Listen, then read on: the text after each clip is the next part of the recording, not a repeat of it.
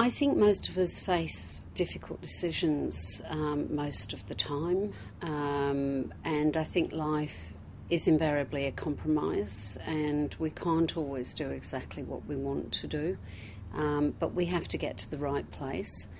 So certainly for me during my career I've had to make lots of compromises around spending time with my son versus working, so a lot of personal decisions that it's been hard to make the right decision. I've been interviewed a lot and people have said you don't do tuck shop, you haven't done this, you haven't done that. But I've had to say, well, you know what, I've made the decision that was right for me and that's all I can do. So I try to do that, and I try to always check inside as I get to the conclusion of the decision, but I will be quite methodical about the way I make decisions. So sometimes I've had long-term people work with me that I've perhaps had to terminate. That's probably one of the worst things we face. And being in a people business, often my people are quite close friends as well as, colleagues. We work closely together. So that becomes very difficult on a personal basis. But I will look at the individual. I'll look at, sit down and talk a lot and communicate and try to get to the right place by talking to them. Give a lot of prior notice if there is an issue. Try to talk it through, try and go through a proper formal appraisal if necessary and work through it.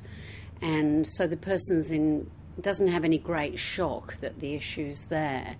So I'll have a look at everything that I can that perhaps can give me a reason not to do what I have to do often. Often it's about, I've got this feeling it's not going right, but can I prove that that's not right? So I try and do everything that gets me out of making that if it's the wrong decision. If it is the right decision, then I will do it. I think there's nothing worse than an indecisive leader. I think it's very bad as an example with the rest of their workforce. If a leader doesn't move on things that are quite clearly wrong, then they're going to lose good people that are perhaps around the person who needs to be terminated. Because if people see bad behaviour, they're not going to stay around it. So it's very important to make the decision, but I try in the end to look inside me and say, is this absolutely something I have to do? And if the answer is yes, and I feel there's no alternative, that I can't change things around, then I'll do it. And I will do it with as much compassion as I can and make sure the person understands why. So that's important. Those are the sort of things I have to do really all of the time.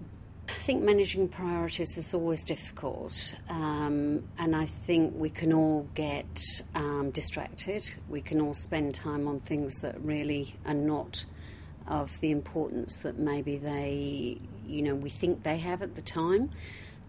So I try to operate as much as possible working on only the things that only I can do. To be quite honest, I'm paid to do a job as a managing director, and to do my job at my optimum, the more I can get rid of to allow me to do my job as a managing director, all the better.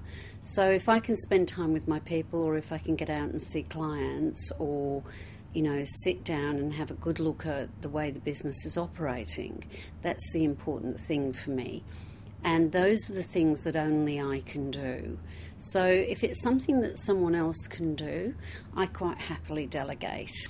I think leaders need to manage their time very carefully, and the only way you can do that is really to look at yourself. I try to sit back every hour or two during the day and have a look at what I've achieved. Putting things in their order is exceptionally important, and sometimes forcing yourself to do the things you don't like to do We can all do the things that are easy to us. I love going out and seeing clients, or going out to a branch and doing things where I can talk.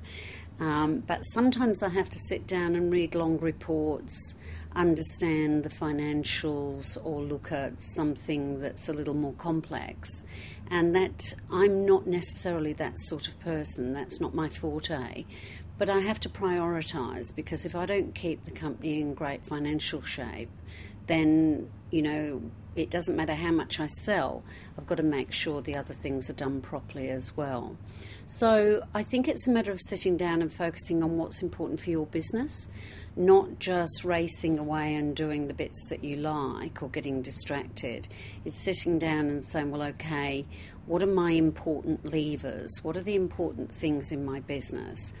How important is cash flow? How important is increased revenues? How important is my cost base? So sitting down and making sure that I spend time on all of the areas that are important to my business. So prioritising from that point of view, I think, is essential, and looking back at what you've been doing all during the day and what you've achieved.